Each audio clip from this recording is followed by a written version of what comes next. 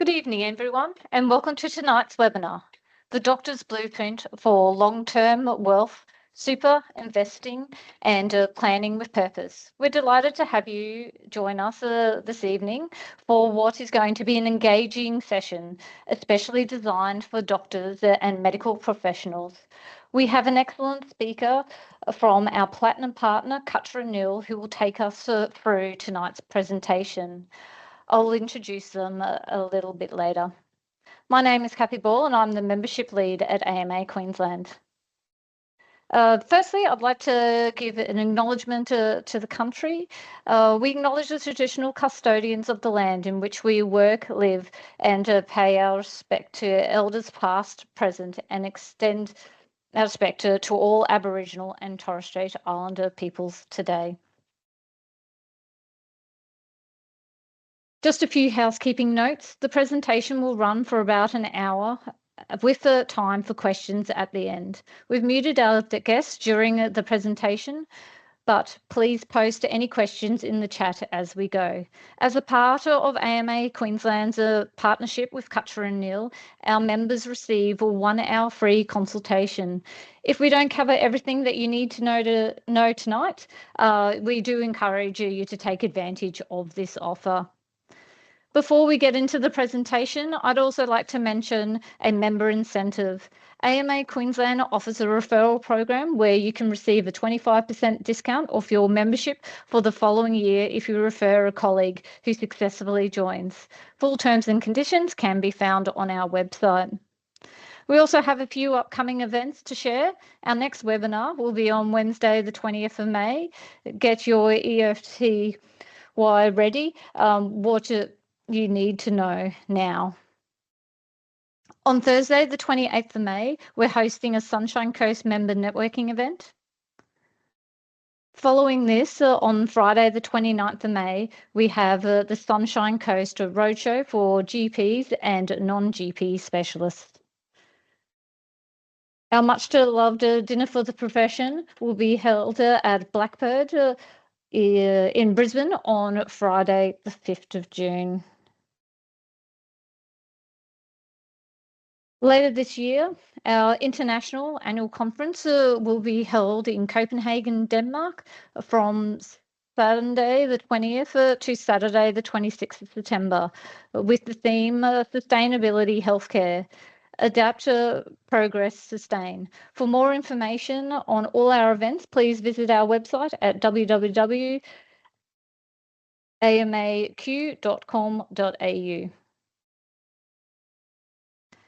For now, on to tonight's webinar, The Doctor's Blueprint for Long-Term Wealth, Super Investing and Planning with a Purpose. Our guest speaker tonight is Sav Angie, a partner at Cutcher Neale.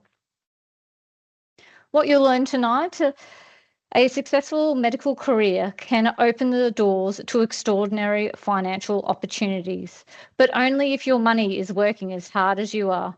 This session is designed to help you take control and intentionally shape your financial future with confidence. Tonight's presentation will explore how superannuation, investing, financial planning come together to support both your lifestyle today and the legacy you want to build over time. And get guidance what it is to consider to empower and align with the realities of a medical career. Learning outcomes for tonight will be use your superannuation as a powerful driver for long-term wealth. Make investment decisions with a greater clarity, confidence, and purpose. Build a financial plan that supports choice, flexibility, and lifestyle goals. Recognise and avoid common financial pitfalls. Understand when the right advisor can help accelerate your progress. Leave with clear direction and practical steps you can act on today. Now, please join me in welcoming Sav Angie from Cutcher Neale. Thank you, Kathy, for that kind introduction. I'll just share my screen. That one there. Hopefully everyone can see that okay.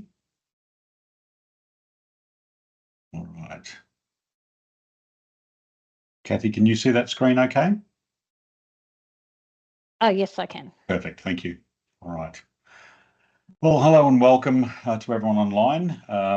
As Kathy said, I'm going to take you through some, I guess, different options to do with long-term investing, superannuation, investing and planning with purpose. So,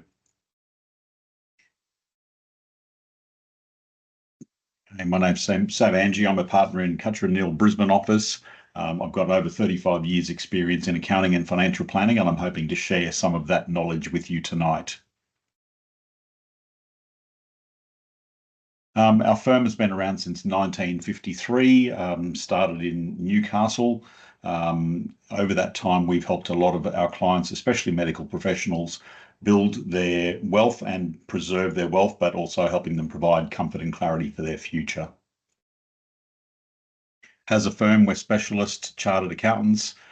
We've had over 70 years of services to the medical profession. We like to think that we're industry leaders and contributors, and we do a lot of work with GP and specialist networks. And in-house, we have a specialist medical services division. There's a quick map just showing, I guess, where our 4 offices are: Brisbane, Newcastle, Sydney, Melbourne, but we have clients pretty much all over the country. Thanks to the likes of Zoom and Teams, we can access people anywhere. Just a quick summary of our service offerings. A number of you will be able to use quite a few of these different areas. You have access, as medical professionals, you have access to a lot of these specific areas, so feel free to reach out for any assistance. Kathy mentioned the learning outcomes that we were going to go through tonight. Hopefully you'll be enlightened a little bit more by the end of this. Feel free to put any questions in the chat and I'll happily address those at the end of the presentation.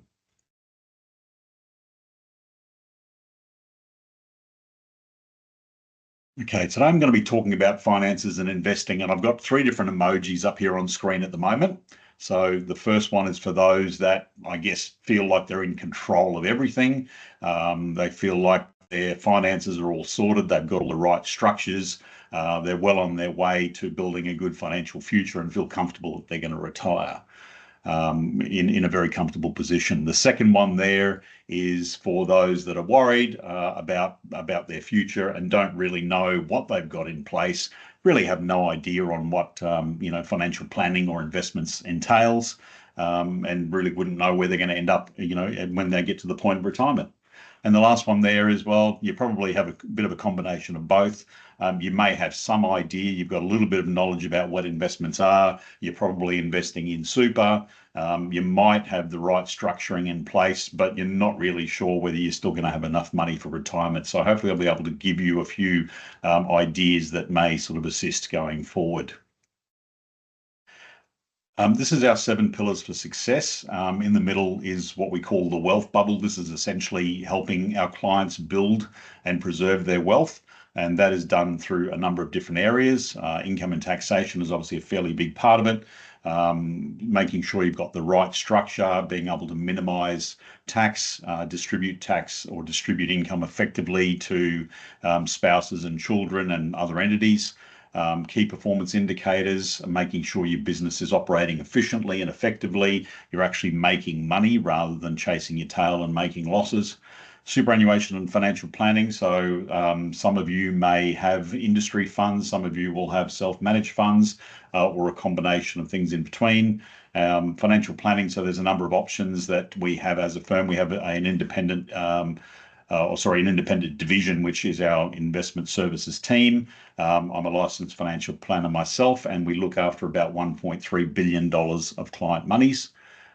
Risk and general insurance. I mentioned preserving and protecting wealth before, making sure you've got the right insurances in place. So from a risk point of view, do you have income protection if something happens? You're a valuable asset. If something happens to you and you can't work, is your asset base protected? Is your family looked after? Can your mortgage continue to be paid off if something happens to you? From a general insurance point of view, things like medical indemnity. If something happens at work and you get sued or a procedure goes wrong, what happens? Are you adequately covered? But that also then covers things like home insurance, car insurance, business insurance, public liability. And even more commonly these days, a lot of people are looking for assistance with cyber insurance, with the amount of, I guess, businesses being hacked, confidential information being stolen. We have some options in place that can help you mitigate that sort of risk. This is where some of you will be right now. Probably not a lot of savings in place. You may be renting, you don't have a lot of expenses, but with the right planning, then the future can look a little bit more like this. Could be a family involved. You may have your own practice.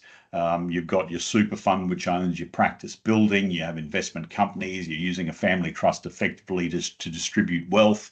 You've got a share portfolio. You've got a beautiful family home, but at the same time, you also have a number of investment properties and a property portfolio. So again, with the right planning, the future can be very, very different. Superannuation, I mentioned as one of the things that we work with. Obviously, a very valuable tool from an investing point of view, and not just an investment tool, but also a great tax deduction. So for a lot of you, you'll be earning incomes at 47% tax rate. You can claim a tax deduction for any super contributions that you make. The superannuation environment is one of the best taxed environments in the country. It only pays 15% tax. I'll elaborate a little bit more on that, but essentially you can make contributions from a 47% tax environment to a 15% tax environment, which is quite advantageous, but build your wealth at the same time.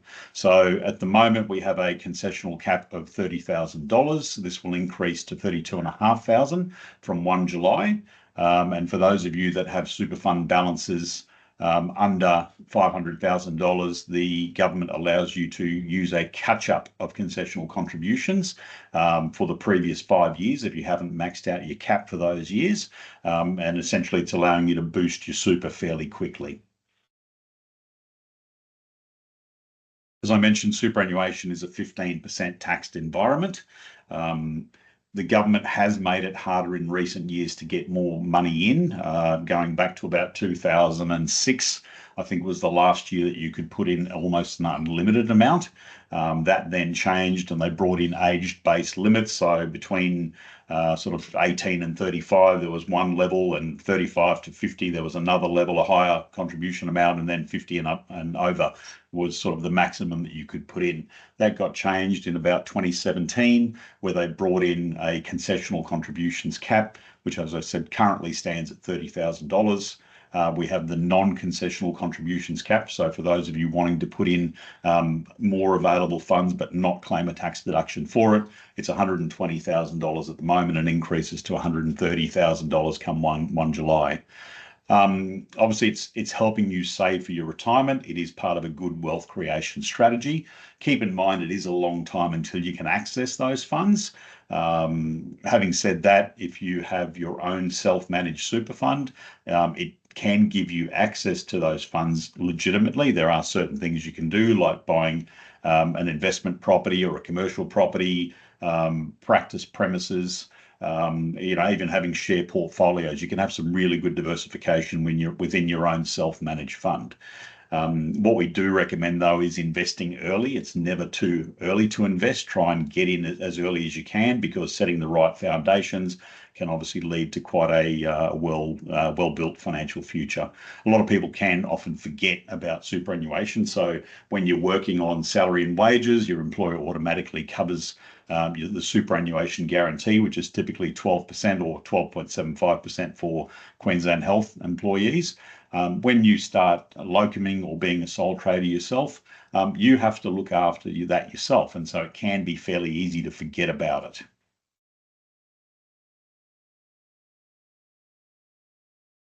I mentioned before, it can be a long time to access superannuation, but there are certain ways to get access to it legitimately. It can impact, so how much you put into super can impact what your retirement's going to look like. It's also, I guess, advisable to check if you're an industry fund, how does your fund return compare to the market in general? There's a number of fund comparisons available. We can offer you that service to show you how your fund is comparing to, I guess, other well-known industry funds. We even have our own retail super fund offering through Cutcher Neale. But it's a good idea to sort of see, because it can make a substantial difference if you've got a fund that's performing or hasn't been performing very well. You could have two people putting exactly the same amount of money in, but because of the performance differences, they can both end up with a very different retirement result. If you are looking at changing super funds, though, just be aware of any insurance cover that is offered within the fund. In some cases, you may need to look at whether you can keep enough balance in there to cover those premiums each year. Our risk insurance team can also review whether that insurance is portable. Sometimes it may be worthwhile moving that out of the fund and putting it in your name personally, so you can then get the tax deduction for it, and also makes it easier access. And in a lot of cases, the insurance that's inbuilt within your super fund will only have a 2-year coverage period, whereas in your personal name, you can often get up to age 65 or age 70. A couple of things to keep in mind as well. Division 293, for a number of you, if you've got fairly high incomes, that is a taxable income of over 250,000, you'll be paying an additional 15% tax on any contributions that go into the fund. So instead of just 15%, you'll be paying 30.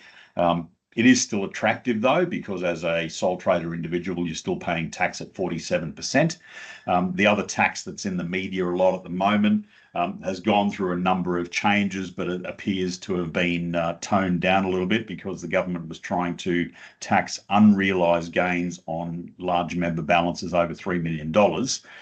That's now been withdrawn, and it's a little bit more realistic, but it's still adding 15% tax for member balances over $3 million. And if you're lucky enough to be over $10 million, then there's an additional, instead of 15%, it's 25%. So still better than the 47% that you're looking at as a sole trader. Now it's not just a flat 15% or a flat 25% on top of the normal 15%. There is a formula to calculate it, and it's based on the movement above that $3 million. So in some cases, it can be still as low as 1 or 2%, depending on what your movements are. Here's some statistics from the ATO, just talking about the number of self-managed super funds that have been set up. So in the financial year to June 2025, there was over 41,000 new SMSFs established, and only 3,500 funds were wound up. And typically a wind up, the majority of reasons for a wind up is that in a lot of cases, people have depleted balances, whether they've withdrawn large amounts and there's not enough to make the fund, economically viable to maintain. So there's only been a total number of wind-ups of 3,500. Total number of self-managed super funds as at June 25 was 653,000, with 1.2 million members, and the total asset value of those SMSFs was 1.05 trillion. So there's been a lot of pressure from the government and the other industry funds, because they know that they're losing a lot of wealth to the self-managed funds. So that's why the government often steps in. There's a lot of pressure from the industry fund side to try and keep wealth within their funds rather than losing it to self-managed super funds.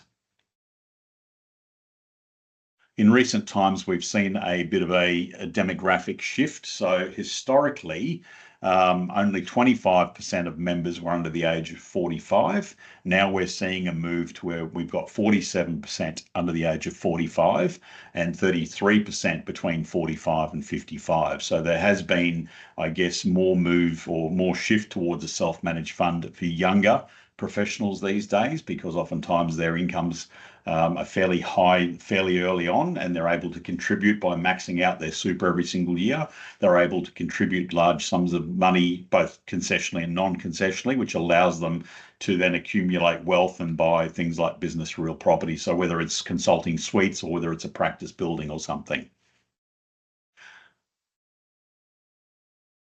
Superannuation is only part of the picture. We look at an overall diversified portfolio. When we talk to our clients about investing, we look at risk profiles, for example. So we'll get our clients to complete a risk profile questionnaire. They will answer a number of questions and they will be graded somewhere on this scale of risk. So typically everyone knows the saying, the higher the return, the higher the risk, and that normally does ring true. But yeah, we go through a questionnaire that sort of, I guess, allows us to determine your risk appetite. And then on the right-hand side there, we've got a bit of a risk spectrum. So fairly obvious, cash is the lowest risk item. Very stable, but you're only getting fairly low returns. Fixed interest is things like term deposits and bonds, whether they be government or corporate. Property's a little bit sort of higher up the scale there. I guess at the moment, a lot of people don't see property as risky because the prices are just continuing to rise and rise and rise. Historically, property, if you sat on a property that you couldn't rent for a long time, I guess you did face some risks. At the moment in Queensland, especially, we're not really seeing that. And then shares people consider probably to be the highest risk investment because of the volatility. Probably one exception to that would be the likes of things like cryptocurrency, which can be hugely volatile. We've seen the price go from next to nothing up to 100,000 plus per Bitcoin, and then drop to about $70,000 per Bitcoin. So it can be very, very, very volatile and very high risk. This is a bit of a snapshot from Heron Todd White at the end of the March quarter. Gives you a bit of a look into the property clock to show you. This is comparing both the housing market and the unit market, and you can see at about 9 o'clock there, we've got Brisbane showing in both houses and units in the rising property market. Melbourne is sort of showing sort of between 7 or 8 o'clock. We're quite aware that is the case, that the Melbourne property market hasn't kept up with the Brisbane or Queensland property market. So we're often saying to clients, look, if you're looking for an investment property but don't want to be priced out of the market, it can often be a good idea to get a good value property in Melbourne, because their turn is coming. They will slowly move around to a rising market. So it can often be a really good time to invest in the southern states. I mentioned before diversification and risk profiles and so on, and I sort of gave you a bit of a summary. So here's a bit more of a description. So cash and term deposits we see as safe and very stable, but the returns can be particularly low. Bonds also relatively low, but slightly up on the risk scale.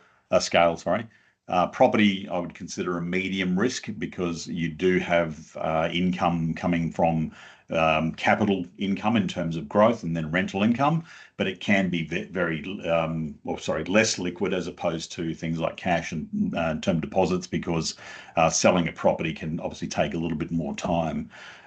Shares can be quite liquid, but the risk much higher than property. I guess you've got share market movements. We've seen what the Aussie share market especially has done over the last 12 to 18 months. 12 months ago, or just over 12 months ago, Donald Trump announced tariff changes, and all of a sudden our Australian share market dropped about 15%.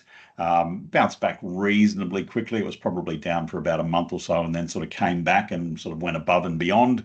And more recently, with the oil crisis and the wars overseas, we've seen the market drop probably about sort of 8 to 10%. It's now sort of come back a little bit. It's probably about 5 to 6% down.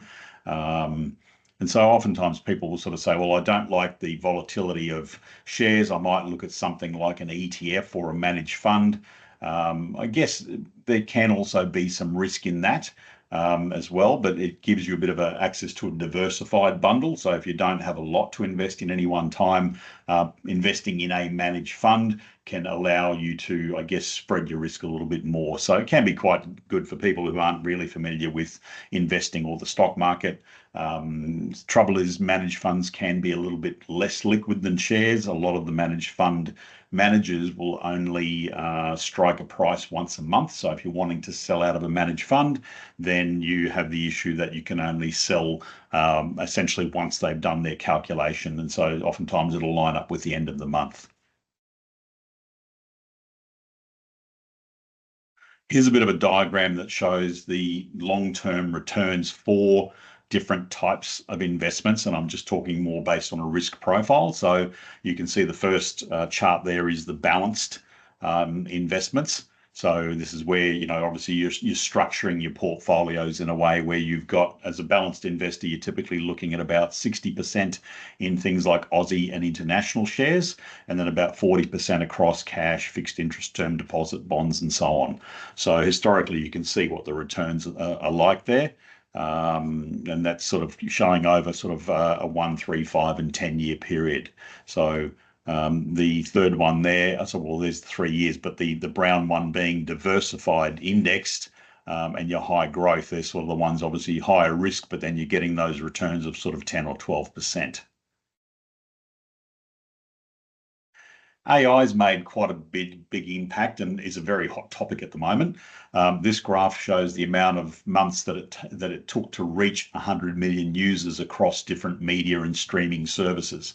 So if we take Netflix, for example, it took basically 10 years to reach 100 million users. Then we look at YouTube, it took just over 4 years to reach the same. Now, if we look at something like COVID-19, it took 6 months to infect 100 million people. Now, the AI bandwagon seems to be well and truly on the go at the moment. ChatGPT has taken just 2 months to reach 100 million people. Okay, so it's not just a fad, it's going to be the next era of technology.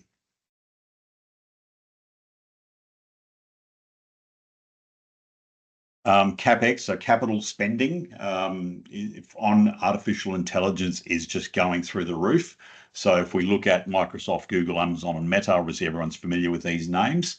Their money is going into a lot of AI spending at the moment. Not spending enough is actually seen as a negative. So you've really got to keep up with everyone else to try and stay relevant in the current market. The indirect monetary value of AI is arguably larger and more difficult to measure, but the big tech players have incorporated that technology into their existing product ecosystems. Even in Cutcher Neale, we're trying to look at how we can use things like robotic process automation, or bots as we call them, and artificial intelligence to try and make our processes more efficient.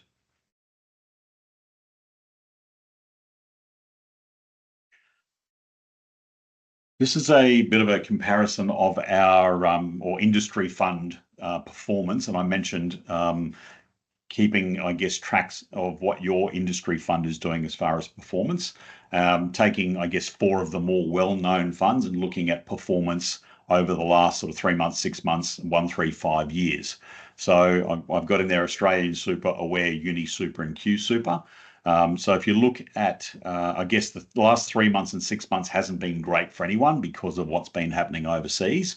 But if you look at the 1, 3, and 5-year performance, there's a fairly good indication if you had a balanced portfolio, which, as I said before, was about 60% between Aussie and international, 40% defensive, which is cash, term deposit, bonds, those sorts of things. Our balanced fund has actually outperformed a lot of the major industry funds. So something that we can be really pleased that we've been able to deliver for our clients. We've got a few specific breakdowns here for the actual portfolios themselves. I guess, again, looking at sort of the 1-year performance, we've got some pretty good returns there on especially the international shares. The Aussie market's been doing reasonably well. Our positive impact model, which is something that covers, I guess, sustainable, ethical, green, but has minimal impact on the environment, has also been doing very well. And our fixed income model is, I guess, more aligned to a conservative approach. So as part of a good diversified portfolio, we have our clients across a mix of those to try and give them good returns while keeping the risk as low as possible. So as I said, we aim to deliver consistent returns And we've got a fairly disciplined and rigorous investment process. So we have a well-established research team, mainly headed up out of our Newcastle office. Equities we see are the main requirement for good long-term growth, and we focus on high-quality companies. Fixed income, we also, as I said, include in our portfolios to try and give you some capital stability and some regular income. So within our Aussie and international shares, I guess we call them fairly traditional portfolios, but we try and look for things with competitive returns. With our positive impact model, some of that, I guess there's actually some cross-sharing amongst a couple of portfolios. So we have some Aussie shares and some international shares in the positive impact model. We're looking for good returns, but also measurable positive outcomes, which are aligned on the UN Sustainable Development Goals chart. Here's a bit of a look at our Aussie portfolio. A lot of you will be familiar with a lot of those names in the Aussie portfolio. So we're fully transparent on what we do have in our portfolios. Clients can always see the holdings that they have in their portfolios. Different to other fund managers where you only get to sort of see the three, maybe the top 3, 5, or say 10 holdings in a portfolio. Clients, when they log into our Mason Stevens portal, can actually see all of the investments within that. So we sort of start with the ASX 200, and then we try and squeeze out the best 25 to 30 ideas that we can find in the portfolio. I guess it's a fairly concentrated portfolio, but still fairly diversified geographically and within particular sectors. Our international shares portfolio, again, there's a lot of names that most people would recognize in there. Typically, we start with about 1,500 companies globally, but then we try and also squeeze that down to about 25 to 30 ideas that we can, I guess, put into that portfolio. Tech and AI is a really big theme in the portfolio. It's things like Google, Amazon, Microsoft, NVIDIA, Broadcom, SAP, and so on. And then power, demand, and energy. So GE Vernova or Siemens Energy are fairly well represented in that area. And then also infrastructure and defense. So GE Aerospace and Airbus and so on. So we try and complement the portfolios by diversifying the exposures in things like financial, healthcare, and industrial.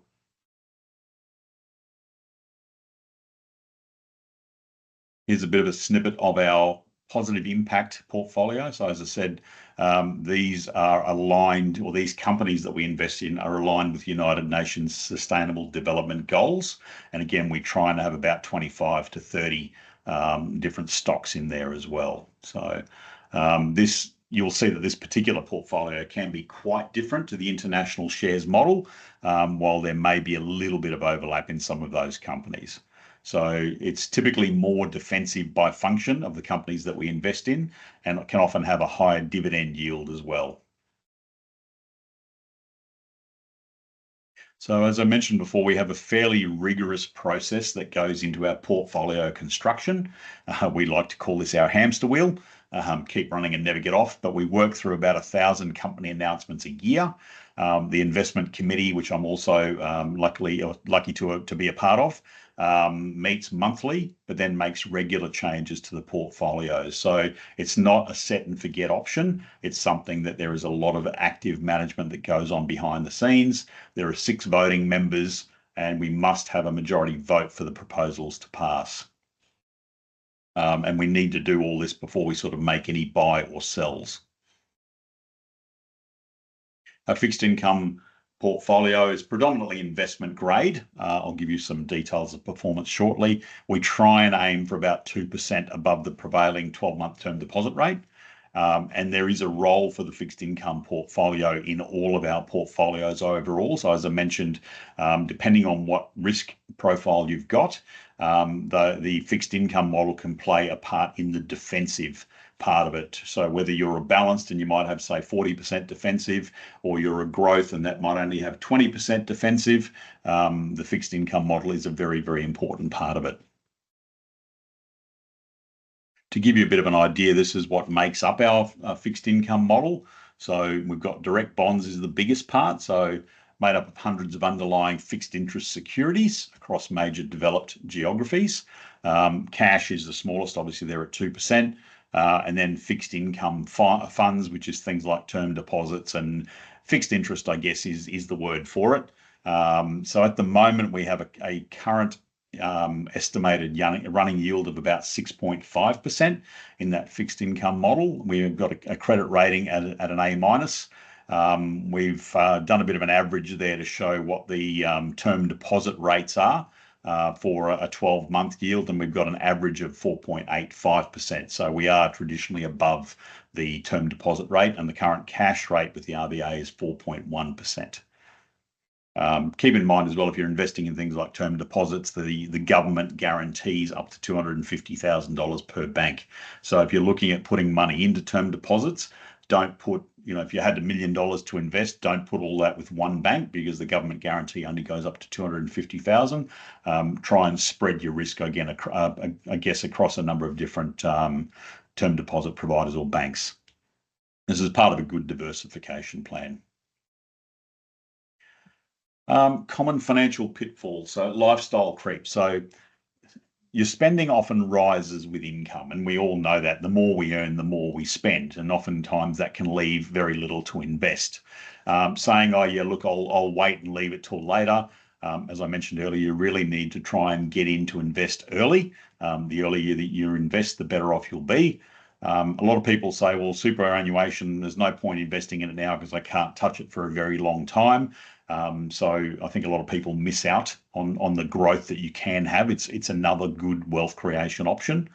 Accumulating bad debt. So if you've got lots of credit cards or high value credit cards or personal loans, then they can actually erode your borrowing capacity. The banks don't like lending as much when you've got those sort of things in place.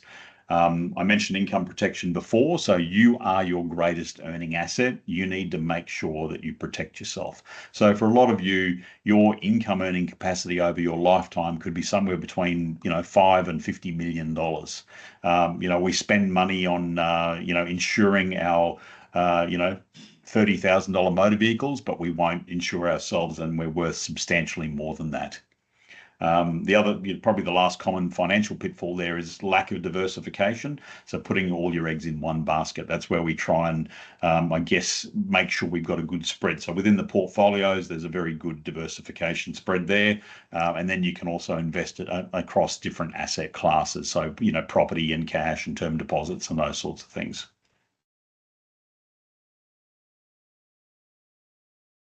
So having the right advice can really accelerate your progress. So when you're starting out your career, make sure you lay the right foundations for a good financial future. Have the right structuring and so on in place as well.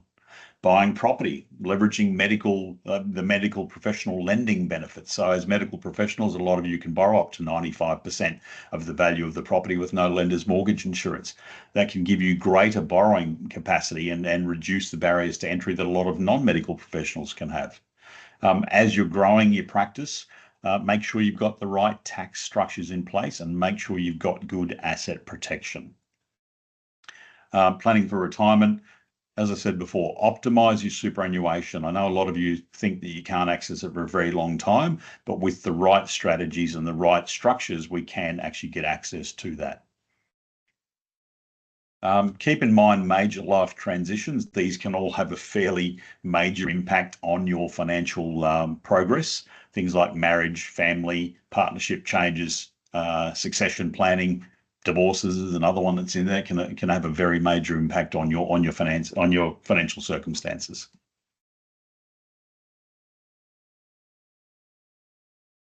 Some key takeaways from today's session. Super is a very powerful wealth creation tool. Review your funds. If you're in an industry fund, as I said earlier, make sure you're getting the best performance you can. Don't be loyal to one industry fund if it's not looking after you, because it can make a massive difference to your retirement. If you've got super across a number of different industry funds, try and consolidate those. Maximize your contributions. Again, can make a really big difference to your financial future. spreading your investments across different asset classes and sectors and so on can help reduce the risk, and we call that diversification. I've mentioned that a number of times. Start early, start investing as soon as you can. So you've all heard the saying, time in the market matters more than timing in the market. So if you've got a good long-term investment strategy, that can do better for you than trying to, find the peaks and the troughs in the market, or trying to buy a property at the bottom end of the cycle before it goes up further into the cycle and make some money. Make sure you keep getting the right advice along the way. Align yourself with a trusted financial advisor that can keep up with you and, I guess, be there with you at every step of your financial journey. But also be intentional with the way you invest your income. Try and put as much of your income as you can into growth investments, not just spending it on your lifestyle. I know it's great to have the nice house and drive the fancy car and that sort of thing, but unfortunately, a lot of those sort of things won't help you plan towards your retirement. So that's a bit of a summary of of the different types of investing and how they can, change your financial future. We do have coming up, I believe, on the 6th of May. Let me just flick across to this one here. We have a more detailed webinar on confident investing in uncertain times, and this is being run by our superannuation team lead and our investment services team lead out of Newcastle. I believe it goes for about 2 hours, so a little bit more in depth than what I've gone through tonight. We'll also go through in a bit more detail things like macro and microeconomic conditions and so on that are affecting things at the moment. So you'll be hearing some really valuable information. So if that's something that's of interest to you, please scan on that QR code. I think it'll be a really valuable session. Anyway, that's about all from me. Did anyone have any questions?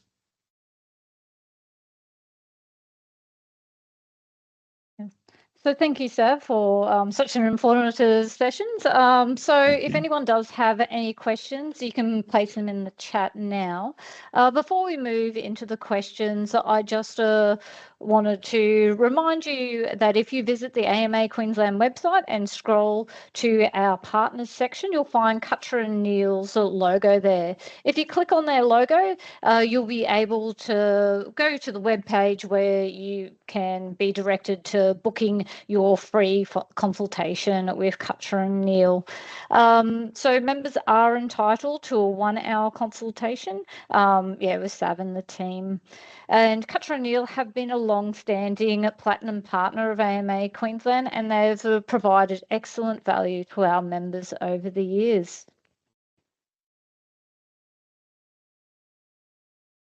Any questions in the chat?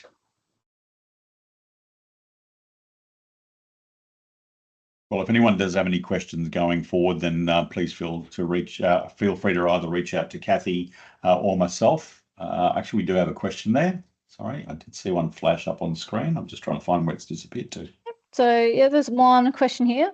So if a person has a 20-year investment outlook, it's often advised that super is the OST tax effective. Why is most tax effective? Maybe most. Yes. Sorry. Most tax effective. Why is this better than investing outside of super? Yeah, look, absolutely. It is the most tax effective if you've got a long investment time frame, so 20 years. As I mentioned before, self-managed super funds or super funds as a whole, the tax rate is only 15%, subject to the new, $3 million balances with the Division 296. But I guess for a lot of people, if you can afford to, invest that through super and only pay 15% tax on it, then it's obviously way better than having it in your name at 47% tax. So even capital gains, if you've held an asset within super for more than 12 months, then you're only going to be paying 10% tax. As an individual currently, it's a 50% concession. We're all waiting with anticipation to see what the federal budget brings in a couple of weeks' time. The government is talking about making changes to things like capital gains. They're also talking about making changes to negative gearing. So that will certainly be interesting to see. But yeah, at this stage, for most people, I think superannuation is still a very, very, very good wealth creation tool. If you get to retirement phase and your investments are within your super fund and you start a pension, I think up to that $2.1 million cap, if you were to sell an asset and make a substantial capital gain, your tax will be absolutely zero. Whereas you won't get that option as an individual. You might be able to split it with a spouse, or even if it's in a family trust, yes, you can split it with a lower income earning spouse or perhaps some adult children, but you'll never get down to zero like you could in a superannuation fund. So in our view, that superannuation is still one of the best taxed environments or lowest tax environments for investing, and it is certainly a good part of a well put together investment strategy. Hopefully that's answered that question. So is there any more questions?